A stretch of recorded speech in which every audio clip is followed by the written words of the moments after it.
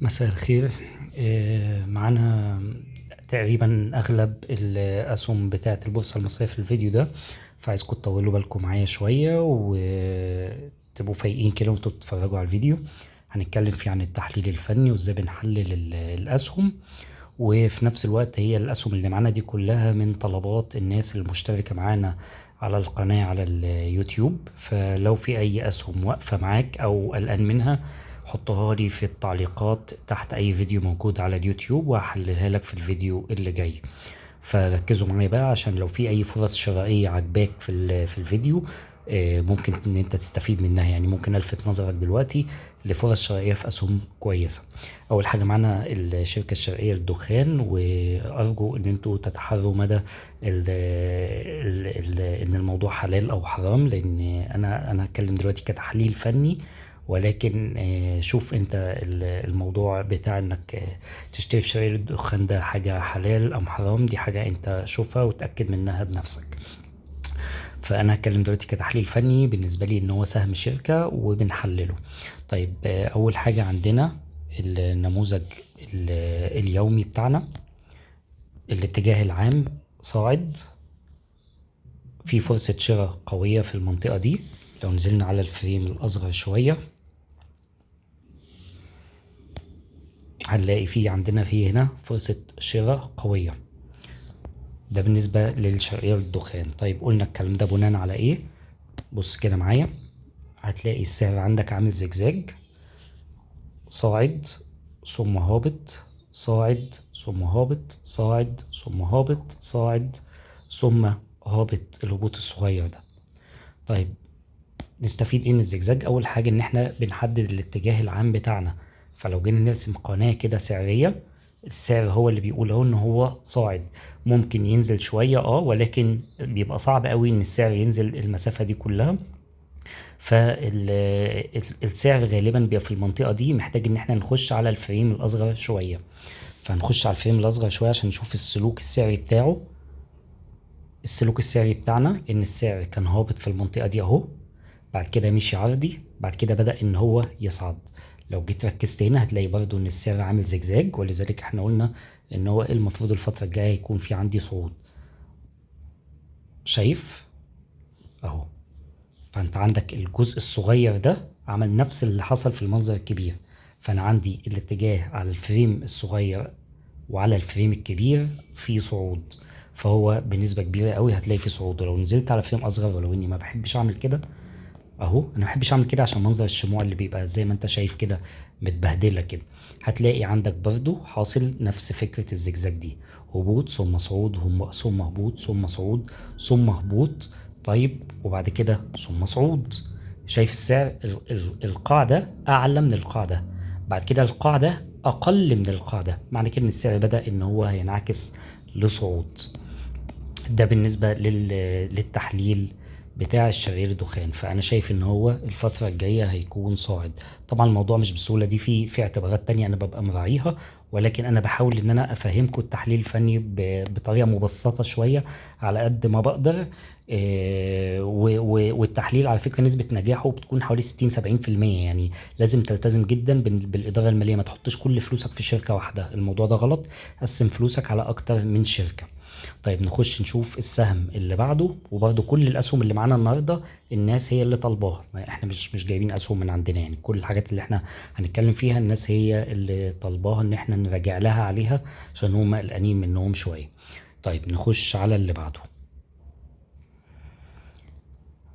سهم موبكو، الاتجاه العام بتاعنا صاعد. هتقولي ازاي؟ ده انا شايف هبوط قوي. ما احنا بنشتري يا جماعه، يعني ياما انا اتكلمت في الموضوع ده في فيديوهات قديمه. يا ريت لو تتفرج على الفيديوهات القديمه عشان تفهم التحليل الفني. خد بالك انا بعلمك هنا في القناه التحليل الفني بالطريقه العمليه، يعني مش بشرح لك كده وخلاص، لا ده انا اجيب لك حاجات عمليه.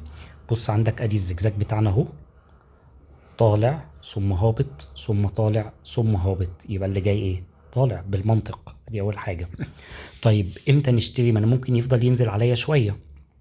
بصوا يا جماعه، في كل الفيديوهات اللي انا بتكلم فيها بقول ايه؟ بقول انت ما ينفعش تشتري من فوق. اغلب الناس اللي بتبقى قلقانه بيبقى اشترى وخلاص، اشترى، فلما بيشتري من فوق كده او اشترى من هنا مثلا من فوق، السعر يفضل ينزل عليه فيقلق فيبيع، يوم السعر طالع. انا متاكد ان 90% من الناس اللي بعتين لي هيقول لك ايوه فعلا ده اللي بيحصل معانا، بعد ما ببيع واخسر واقول كفايه كده الاقي السعر طلع تاني. هو ده اللي فعلا بيحصل. نادرا قوي لما تبيع وتلاقي نفسك ان السعر فضل يكمل هبوط، ده حاله نادره. لكن انت دايما المشكله بتحصل منين؟ بتحصل من ان انت بتشتري، انت بتشوف السهم طالع فتقول ايه الله ده حلو اشتري فيه، يوم هابط. يا جماعه احنا بنعمل العكس في الاسهم، احنا بنشتري السهم الهابط عشان يطلع. يعني انا الحاجه ب 90 جنيه لا مش هشتريها، او ب 80 جنيه مش هشتريها، انا اشتريها ب 50 ولما توصل ل 90 ابيع. ده اللي المفروض يحصل. طيب انا دلوقتي عندي مشكله ان انا السعر لسه بالنسبه لي في الاتجاه الفريم الصغير هابط. هشتري امتى؟ ما هو انا دلوقتي في عندي هبوط. عشان كده احنا بنخش على الفريم الاصغر عشان نحلل المدى القريب من السهم. طيب انا لحد دلوقتي بالنسبه لي السهم ده فيه هبوط، يعني انا لو انا هشتري انا ما اشتريش دلوقتي. طيب امال اشتري امتى؟ بص كده معايا، احنا هنرسم اهو، ادي قاع وقمه وقاع ونرسم عليهم قناه. هنرسم عليهم قناه. خلينا نرسم من هنا، وان كان ده مش صح قوي، احنا المفروض بنرسم في الحاله دي على القمم بس، معلش عشان بس ايه نفهم الرينج بتاعنا. القناه اللي احنا بنرسمها دي اسمها الماركت رينج. الماركت رينج. طيب الماركت رينج بيقول ايه؟ بيقول ان السعر لو كسر المنطقه اللي تحت دي يبقى هيكمل في هبوط. خلاص طيب يبقى انا هستنى ايه هنا عشان اشتري؟ هستنى انه يعمل لي قمه وقاع وقمه وقاع. يعني ايه؟ يعني السعر يجي يعمل عندي كده. انا على فكره مش بقول ان موقعه وحش، ده انا شايف ان الفتره الجايه ان هو هيصعد، بس انا بفهمكم. انا هحلل في الفيديو ده بناء على الفيديو ده هيكون طويل شويه، فمعلش استحملوا عشان انا عايزكم تتعلموا. انا مش عايزك تفضل معتمد على حد طول عمرك، عايزك تفهم ازاي بنشتري وازاي بنبيع. طيب فاحنا دلوقتي انا هستنى ايه بقى؟ هستنى ان السعر يعمل كده وكده ويكسر دي ويرجع يعمل كده تاني. انت واخد بالك؟ يعني لازم يكسرها ويرجع يرجع تاني. دي احنا بنسميها منطقة تصحيح او ريتريسمنت او اعادة اختبار. شايف انت القمة دي اللي السعر عملها؟ القمة دي السعر رجع عليها تاني. لما السعر يرجع عليها تاني بيبقى في احتمال كبير جدا ان هو خلاص كده. لو جينا رسمنا كده قناة في المنطقة دي، بص القناة بقت بتشاور لايه؟ بتشاور لصعود. فانا في الحالة دي بستنى ان يحصل عندي حاجة زي كده. طيب انت شايف موبكو حلو ولا وحش؟ لا انا شايفه ان هو كويس جدا جدا، واللي معاه موبكو يخليه ما يبيعش دلوقتي، انا شايف كده. واللي هيشتري يستنى لما يحصل اللي انا بقول عليه ده. وممكن الفتره الجايه احنا طبعا بنتابع اسبوعيا، بينزل فيديو او فيديوهين تحليل اسبوعي كده بالمنظر ده، الناس تبعت لي وتابع الاسهم معايا. يعني اشترك في القناه وفعل الجرس، ويا ريت لو تعمل شير للقناه على الجروبات علشان الناس كلها تستفاد، بدل ما الناس بتشتري وبتخسر يعني. فيا ريت لو تعمل كده بحيث ان احنا نفيد الناس على قد ما نقدر. طيب نشوف السهم او الشركه اللي بعده. عتاقة او اي تي اي كيو اي. بص كده معايا، انا قلت من فترة لما حللت يعني المنطقة دي مش صح ان احنا نشتري فيها قوي، لان السعر خلاص عالي، ف وارد جدا يحصل هبوط. الكلام ده على فكرة ده انا بقوله هتلاقوه في فيديوهات قديمة، انا مش بغير كلامي ها. بص انا جيت هنا رسمت ايه، الكلام ده كان قديم شوية، معلش تعالى نفتح بقى الفريم الصغير ونتفرج مع بعض. بص انا قلت ايه، انا كنت راسم هنا دي وقلت ان انت السعر لو هيوصل ممكن يوصل لحد المنطقه دي، وبالفعل هو بص السعر وصل لفين. ولكن انا كنت بقول بلاش الشراء من فوق ليه كده؟ خلاص السعر طلع. يعني ايه السعر طلع؟ اللي اشترى من تحت من هنا وكسب مش هيفضل مستني العمر كله. يعني واحد اشترى السهم ده ب 2 جنيه ونص بقى معاه ب 5 جنيه بقى بالضعف، هيستنى ايه؟ اكيد هيبيع. فبالتالي كل اللي اشتروا من تحت دول، شايف كل ده كده الناس دي اللي تحت دي كلها اللي اشترت دي كلها، ما هو الشرط ده يعني ايه؟ الشرط اللي قدامنا ده اللي احنا بنتفرج عليه ده للناس اللي مستجدة شوية، ما هو الا انعكاس لحركة السوق والسيولة اللي بتحصل فيه والناس اللي بتشتري وبتبيع. خلاص فانا ان شاء الله هحاول، قلت كذا مرة هحاول ان انا يعني بجهز كورس كده ان شاء الله، هحاول انزله للتحليل الفني عموما من البداية للنهاية خالص. فبص وهيكون مبسط جدا يعني بطريقه مبسطه غير الطرق اللي موجوده على اليوتيوب والكلام ده، عشان انا يعني عديت على الكلام ده كله في عدد سنين الشغل اللي انا اشتغلت فيه في موضوع الاسهم يعني. بص كده كل الناس دي اشترت وباعت وكله اشترى بعد كده فجأة السعر طلع. دي بنسميها منطقة تجميع اسعار. بعد كده حصل هنا ايه؟ تجميع تاني اللي هو للناس اللي هتبيع. وبدأ السعر ينزل. انا لما قلت لك ممكن من هنا يطلع حاجه بسيطه بتاع لو حد عايز يخطف ولا بتاعه، بالفعل ده اللي حصل. ليه؟ السعر بيقعد يتردد كده جوه شويه، بعد كده السعر كسر. انا اتوقع له ايه الفتره الجايه؟ انا اتوقع له هبوط. ده التحليل الفني، قد يصيب وقد يخطئ، علشان محدش يبيع او يشتري بناء على اللي انا بقوله. انا بقول لك وجهة نظري انا الشخصيه، انا لو شايف المنظر ده ما اجيش اشتري. طيب نشوف اللي بعده. ادي حديد عز، هنشوف على الفريم اليومي كده. اه بص كده السعر حصل ايه بقى. دي حالة كده كويسة قوي نتكلم عليها. السعر كان ماشي معانا زجزاج، طالع نازل، طالع نازل، طالع نازل، طالع نازل. المنظر اللي احنا قدامنا ده بنسميه نموذج راس وكتفين. النموذج ده نسبة صحته بتفوق 70-80% لما بيحصل، ولكن في اعتبارات تانية. يعني مش اول ما بشوف النموذج ده خلاص، لا، ده انا لازم السعر يعمل ايه معايا عشان اقول ان هو فعلا السعر خلاص هيهبط. لازم يكسر لي المنطقة دي، خلينا نرسمها خط كده. دي المنطقة دي بنسميها منطقة العنق.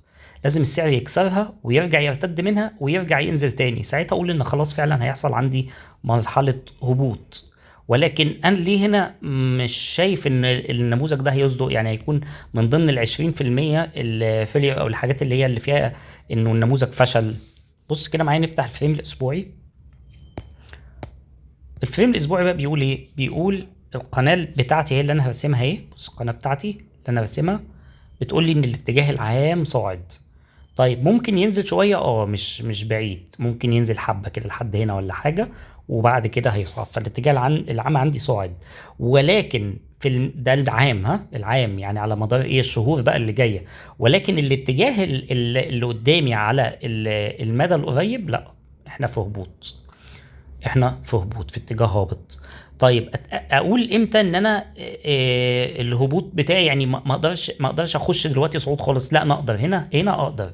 واقول لك ليه. لو انا السعر بتاعي كان في سقف القناه هنا، كنت اقول لك لا، يستحيل تقدر تاخد فرصه شراء. لكن هنا هو السعر بيفضل ايه زي ما انت شايف كده، ينزل ويطلع، ينزل ويطلع. فانا ممكن الناس اللي عايزه تاخد كده تخطف حاجه بتاع ممكن جدا. طب اتاكد منين ان هو هيكمل صعود؟ لو كسر لي القمه دي، لو كسرها بقوه او بشموع صغننه ورجع تاني ورجع تالت، خلاص انت كده في صعود. هتقول لي طب ما هو انا كده هيكون فاتني. ما هي دي مشكله التحليل الفني، ان انت بيفوتك جزء من الصفقه في سبيل ان انا اتاكد، مش احسن ما تخسر. طيب تعال نخش على الفريم الصغير نشوف ايه اللي بيحصل قدامنا. ادي اللي بيحصل على الفريم الصغير. لسه عندي اهو هبوط وصعود، حصل وهبوط. فانا في حته كده اللي هو السعر فيها ايه، بيشاور لي اكتر على مين؟ على الهبوط. اتاكد من انه يحصل صعود لما يجي السعر يبدا يلف تاني. يعني هو بص السعر عمل ايه، نزل طلع، نزل طلع، نزل طلع. ابدا اقول لو كسر لي كده القمه دي، او لو عمل لي قمه تانية، لو عمل المنظر ده، اقول السعر نزل اهو وطلع ونزل وطلع ونزل وطلع ونزل وطلع، عمل لي قمة جديدة هنا. ابدأ اقول ايه؟ ان السعر خلاص هيبدأ ان هو يطلع. طيب انا انصح بايه؟ يعني يعني انا لو انا هنتظر شوية بصراحة، ولكن هو كاستثمار على المدى البعيد هو تمام التمام. طيب نخش على اللي بعده، رأسكم للتنمية. اه رأسكم للتنمية. يعني انا بالنسبه لي ده هيحصل صعود الفتره الجايه، بس لما الهبوط ده يخلص اعتقد ان هيبقى فيه هبوط قوي كده الكام يوم اللي جايين ولا حاجه. تعال نفتح الفريم الصغير، هو الاتجاه العام طبعا عندنا صاعد. نفتح الفريم الصغير، اقول امتى الهبوط ده يخلص؟ لما يكسر لي القناه دي. شايفين القناه دي؟ اول ما السعر يكسرها، خلينا نحط كده عشان لما نيجي نراجع زي ما بنعمل ننبسط ونقول لك اهو كنت قايل لك ايه.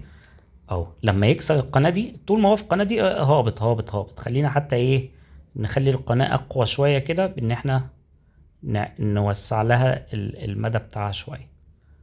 لما يكسر لك القناة دي يبقى هو كده هيصعد. اللي عايز برنامج تريدنج فيو اللي انا بحل عليه ده، في فيديو انا منزله بشرح فيه تريدنج فيو بسهولة، يعني اللي حابب ان هو يشتغل عليه كتحليل.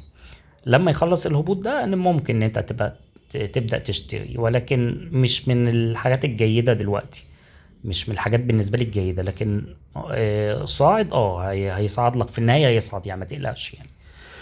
طيب نشوف اللي بعده. طلعت مصطفى. اهو ده عيبه بقى، هي دي بقى الحاجات اللي انا بقول لك ما بحبهاش انا بقى. بص افتح لي يومي كده. هتشتري ايه؟ هتشتري ايه؟ ما خلاص هو كل اللي اشترى طلع. انا ما انصحش بحاجه زي كده، الحاجات الطايره دي انا ما بنصحش بيها. والديول دي بنسميها ريجكشنز، او انها خلاص السعر هيبدا يقلب. يعني لو دخلت بقى على الفريم الصغير هتلاقي ان هو بدا يمشي عرضي اهو، بعد كده مشي عرضي. انا اضمن منين ان هو هيطلع تاني؟ هتقولي ما الاتجاه العام هو صاعد زي ما انت بتقول دايما. ايوه ما هو بيبقى صاعد وبيهبط، بيبقى صاعد وبيهبط، بيبقى صاعد وبيهبط. فانا شايفه الفتره الجايه او الشويه الجايين دول هيحصل فيه احتمال الاكبر هبوط. الاحتمال الاكبر هبوط، ده وجهة نظري الشخصيه. قد اخطئ وقد اصيب. قد اخطئ وقد اصيب. انا وجهة نظري الشخصيه ان هو الفتره الجايه هتبدا الناس اللي اشترت فوق كده عماله تبيع بقى، فاهم يعني؟ خلاص بقى عمالين يصفوا بقى. طيب نشوف اللي بعده. اسكندرية للحاويات، ده احنا كنا محللينه قريب. بص حصل اللي احنا قلناه. بص قلت لك ايه؟ قلت لك الحاجة من فوق كده ترجع تجري على طول. ودي نفس النموذج اللي بقول لك لما يكسر القناة في اللي فات، بس ده يومي. خد بالك ان انا هنا على الفريم اليومي، يعني كل شمعة من دول بيقوم. فهناك بقى لما جيت قلت لك لما يكسر القناة تقدر ان هو تاخد، بس انا ما فضلش كده. ليه قلت لك ما فضلش كده؟ عشان ده اللي هيحصل. بص ده اللي هيحصل. يطلع لك كده حبة، ده اللي هو في السهم اللي كان قبل ده. خلاص بص يطلع لك حبة ويرجع. تقريبا كان عتاقة يعني على ما اعتقد. قلت لك او راسكم، مش فاكر عتاقة ولا راسكم. قلت لك لما يكسر القناة دي يطلع، بس انا يعني ما افضلش كده قوي. ليه ما افضلش كده؟ عشان ده اللي بيحصل. بص ده احنا كنا محللينه ده على فكرة. كنا محللينه وقلنا ان هو المدى الفترة الجاية في عندي هبوط. طيب كان ممكن ان انت تستغل فرصة مثلا من سعر، تاخد من هنا مثلا لما كسر اهو من 56 وتبيع عند 67 ولا حاجة. يعني مكسب، مكسب، ما قلتش لا. ولكن مش الحاجة اللي هي عارف انت السوبر بيكو كده اللي هي تحفة يعني.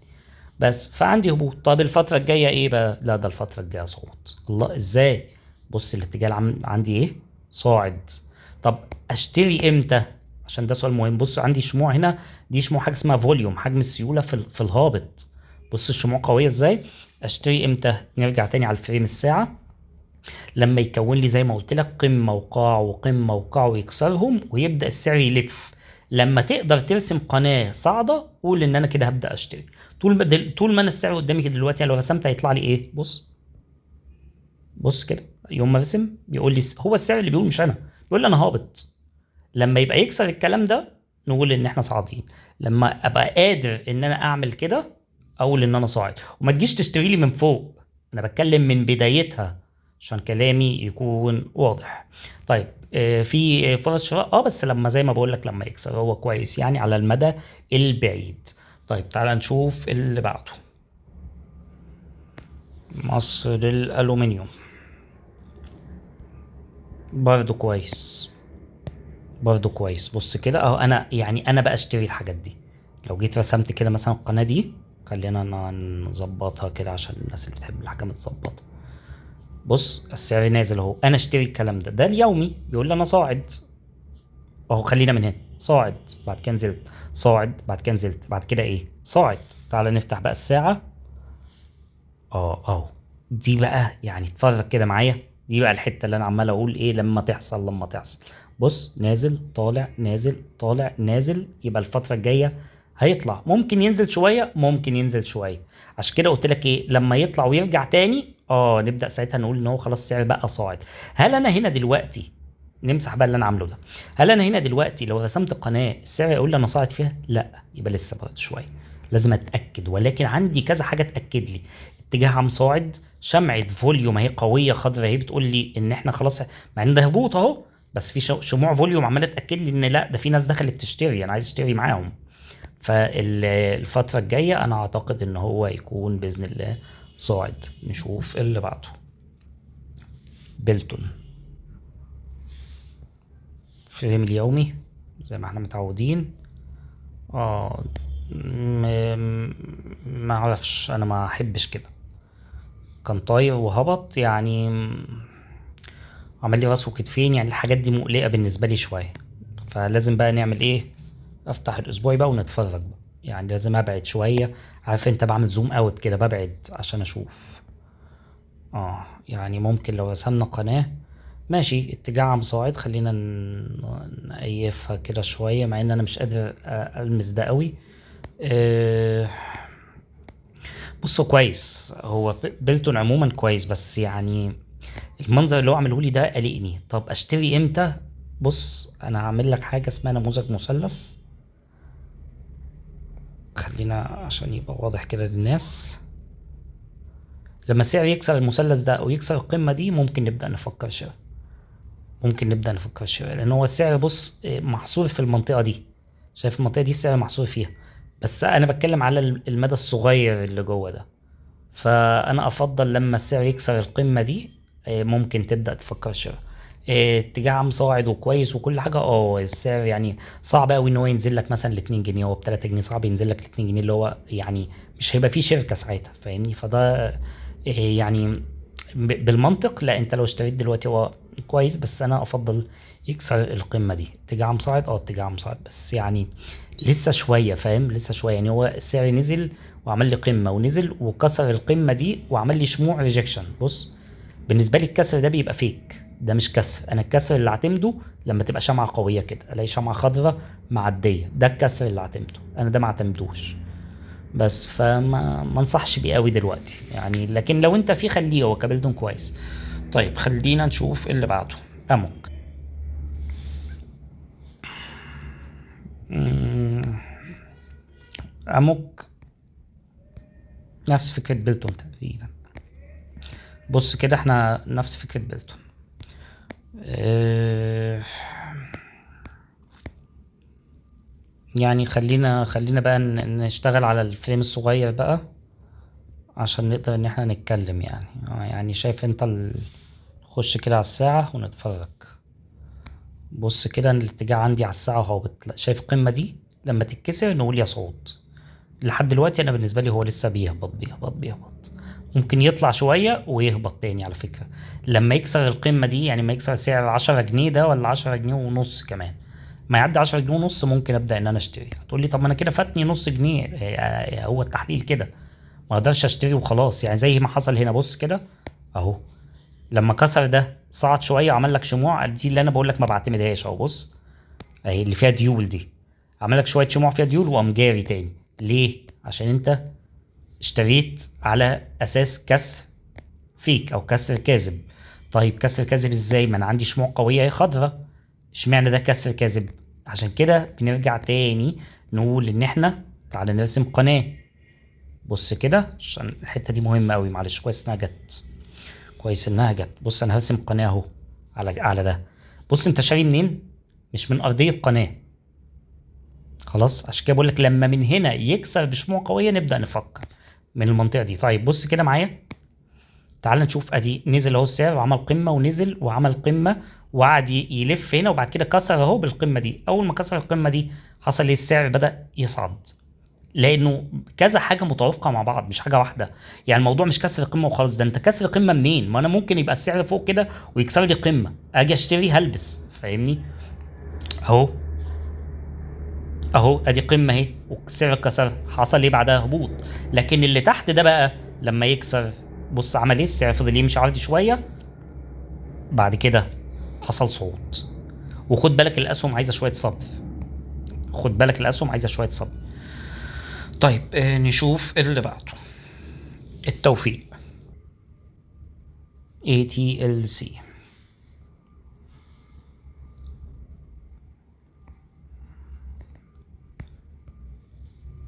من الحاجات اللي انا شايفها صاعده، بس ممكن يهبط له شويه. يعني لو فتحنا الاسبوعي كده اهو، يعني انا شايف انه ممكن يهبط له شويه، بس هو من الحاجات اللي عموما صاعده. ادي التوفيق اهو، صاعد هابط صاعد وهابط. اعتقد ان هو ممكن ينزل حبه، بعد كده ممكن يوصل لحد الحته دي كده. ده سعر كام؟ 4.5 مثلا. اعتقد ان هو يوصل الاول ل4.5، اعتقد هيوصل لحد هنا. خلينا نثبتها اهو على نفسنا وبعد كده نطلع. اعتقد ان ده اللي هيحصل. بص السعر طالع، بعد كده نزل، بعد كده بدأ ان هو مايل اكتر للهبوط. ده احنا كنا محللين اهو، ده في تحليل صغير دي اهو.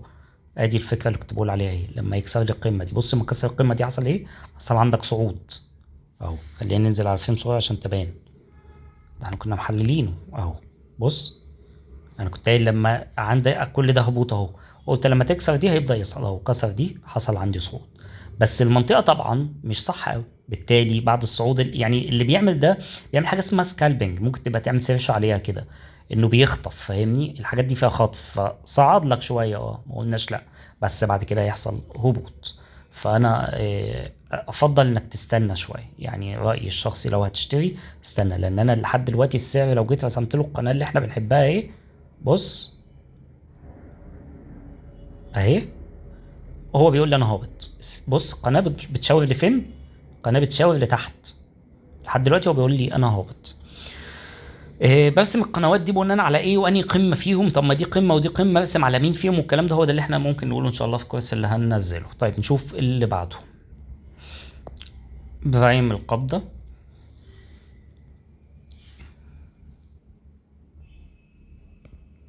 اتجاه عام صاعد، متقلقش من الهبوطة الجامدة دي. يعني الوقوع ده متقلقش قوي منه. اتجاه عام عندي صاعد اهو، لو رسمنا كده اهو قناة اهي، اتجاه عندي عام صاعد، ما تقلقش قوي من الهبوطة الجامدة دي. تقلق منه لما ينزل قوي، لما يكسر القناة دي ويعدي حبة تبدأ تقلق يعني، لكن هو اتجاه عام صاعد حتى الآن.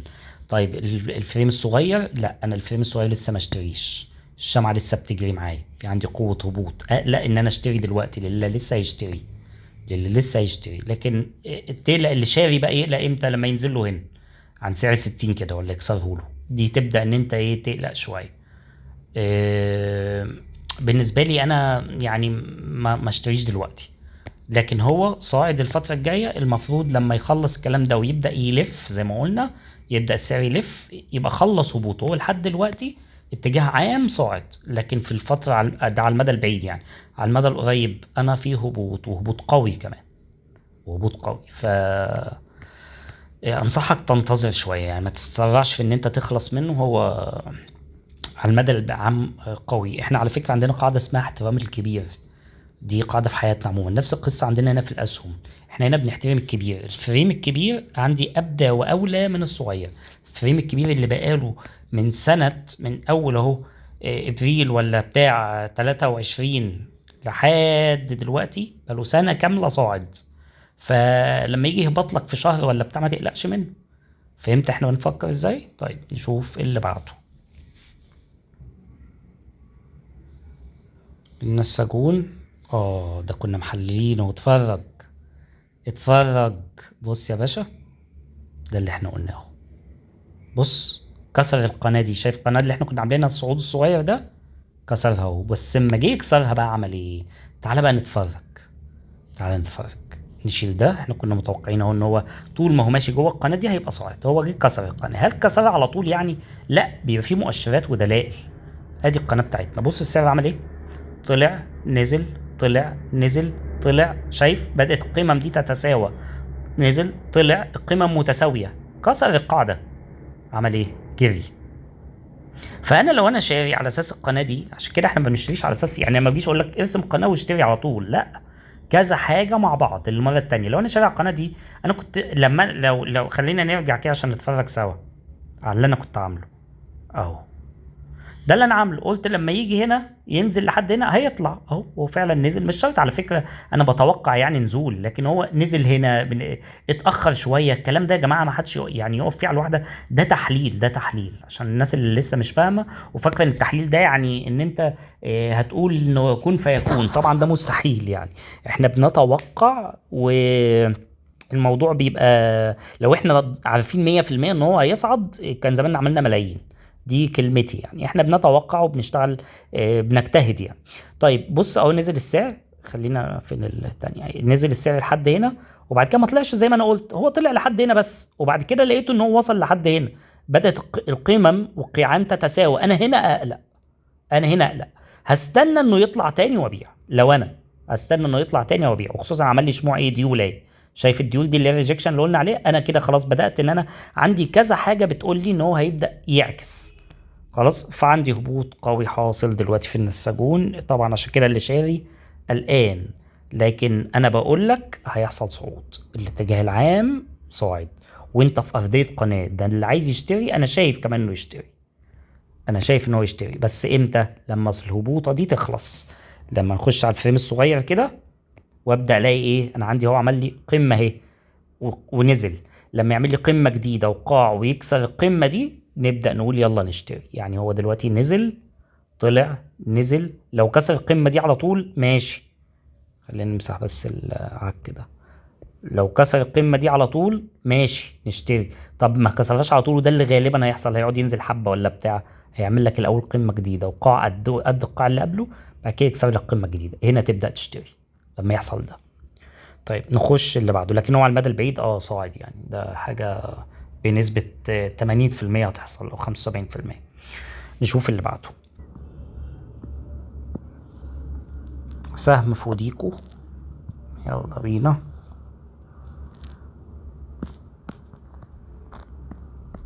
ما احبش الحاجات اللي كده انا، ولكنه هيبقى صاعد.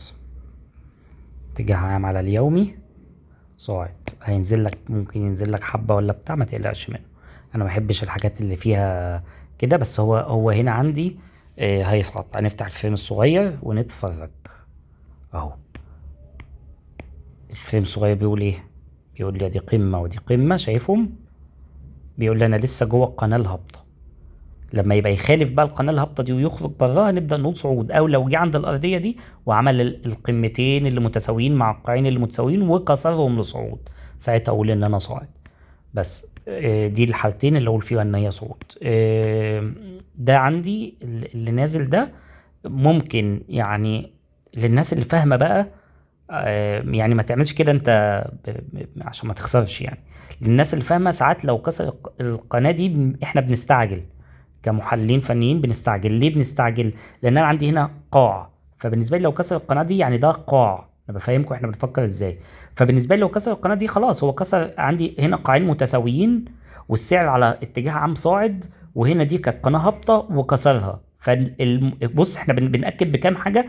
فالكلام ده بالاضافه البتاع الخط الاخضر والاحمر اللي انت شايفهم دول، الخطوط اللي هي بص في خط في خط اللي هو الخط اللي طالع ده الاخضر ده اللي ماشي ده اسمه متوسطات. بالاضافه ان هو لما يعمل كده بنسبه كبيره قوي لازم هيكسر ساعتها المتوسطات دي مع شمعه فوليوم هنا تحصل قويه بالمنظر ده، احنا بنقوم شاريين على طول، ما بنقعدش نستنى. لان في الحاله دي بنقول ان السعر هيعكس من هنا زي ما من هنا كده عمل.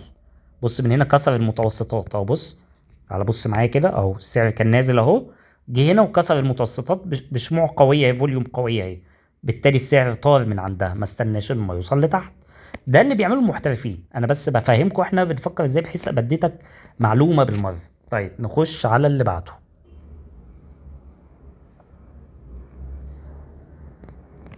نشوف العربيه.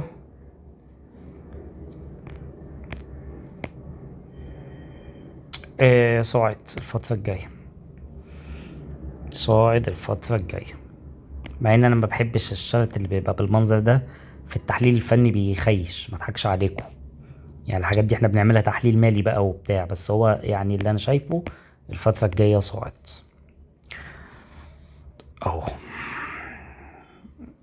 اهو. السعر كان نازل بدأ دول يتساووا، بدأ دي تبقى اعلى من دي ورجع صحح تاني. فبالنسبة لنا هيبقى فيه الفترة الجاية غالبا صعود، غالبا هيبقى فيه صعود. طيب نشوف اللي بعده. اجواء، هو الهبوطات القوية دي اللي بتقلق الناس. صاعد ما تقلقش، يخلص بس الهبوطة اللي عايز يشتري بقى، يخلص بس الهبوطة دي زي ما اتفقنا بقى كل مرة، مش عايزين نعيد الكلام. الهبوطة اللي حاصلة دي كده اما يخرج لك بره القناة دي، بص كده اما يخلص كده، اما يخرج بره القناة دي او يكسر بقى القمة دي ويصعد ويكسر لي المتوسطات، انا ممكن ان انا اشتري.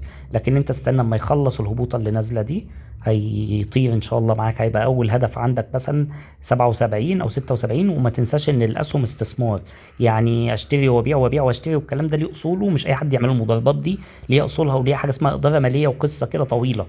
بص هو هنا عمل ايه، كان ماشي في ماركت رينج عادي، طلع كسر الماركت رينج بقوه عاليه، يعني في عندي قوه شراء عاليه قوي، بعد كده نزل، الناس اللي اشترت دي باعت، بالتالي يبدا يصعد تاني معاك الفتره الجايه ان شاء الله باذن الله، بس ايه يكسر القناه دي، وهيبقى الماركت رينج الجديد بتاعنا هيبقى هنا.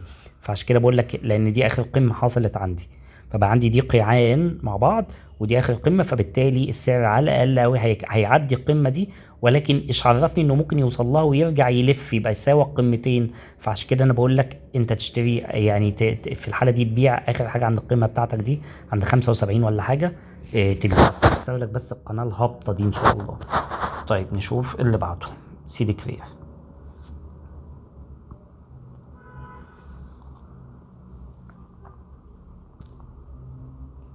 برضو ان شاء الله الفتره الجايه صاعد، برضو ان شاء الله الفتره الجايه صاعد.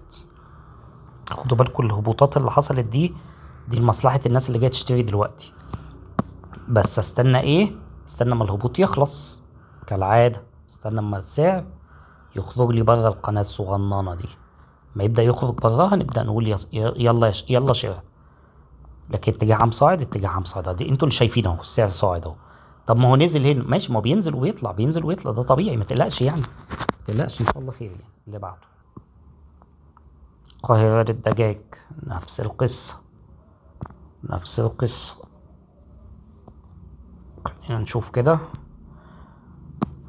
لا، شفت بقى الفريم الكبير بقى ورانا بقى، الفريم الكبير بقى ورانا.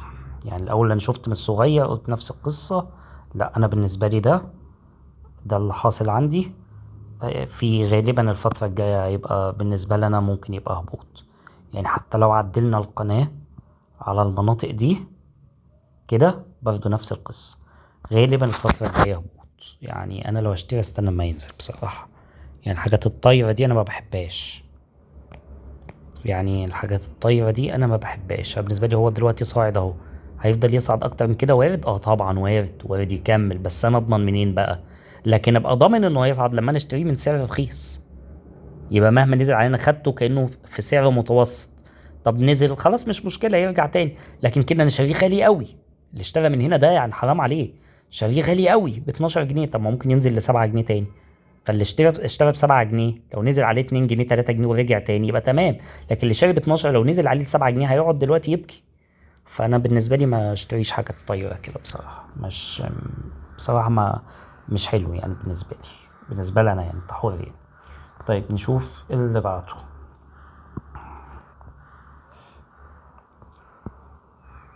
نشوف اس بي اي سباير.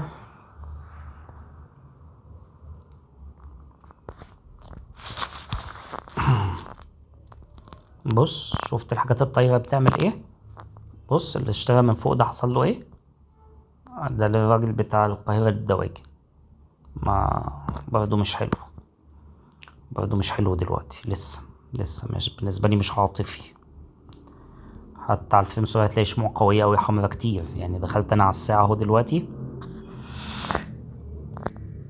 بص شفت مفيش شمعة خضرا، مفيش أي حاجة تقول إن في حد بيشتري. يعني بالنسبة لي أنا ما اشتريش دلوقتي، ممكن استنى شوية، اللي شاري ممكن من هنا يبدأ يعكس بقى، يعني ممكن ينزل سنة صغننة لحد هنا مثلا ويبدأ يعكس، بس أنا ما اشتريش حاجة زي كده. طب تبيع ولا ما تبيعش، لا دي حاجة ترجع لك، أنا ما اشتريش حاجة من هنا، بس مش هقول غير كده، عشان ما تجيش تبيع ويصعد وبتاع وتقول لي انت قلت لي، انا بقول لك وجهة نظري بس مش اكتر. طيب اللي بعده المطورون العرب، برضو في الطايف، برضو في الطايف، ما اشتريش انا حاجة زي كده يا عم، انا لا، يعني انا ما بحبش الكلام ده، فوق كده اشتري ليه انا، يعني اعمل كده ليه؟ ما يا جماعة انتوا شايفين كل اللي بنجيبه من اللي شاري، انتوا بتشتروا وخلاص يا جماعة، انتوا بتشتروا وخلاص، انتوا يعني بتخشوا بترموا فلوسكم، يعني حرام كده، لا انا ما اشتريش هنا. اللي بعده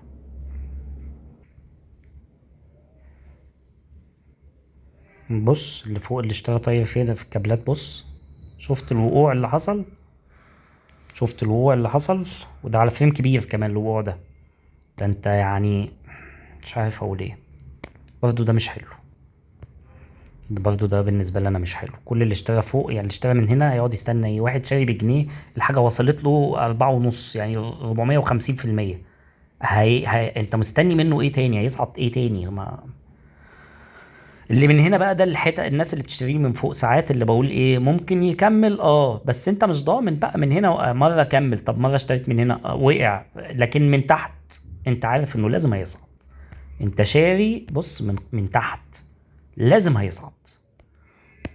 هكتفي بهذا القدر في التحليل، لان معانا حاجات كتير قوي، والفيديو طول مننا، فخلينا ننزل الفيديو التاني ممكن بكرة بإذن الله. الدفعة التانية من الناس اللي سألة، فبعتذرلكم جدا، بس الفيديو طول قوي قوي، يعني 40 دقيقة ده كتير قوي. فخلينا نكمل الفيديو الجاي إن شاء الله. شكرا لكم.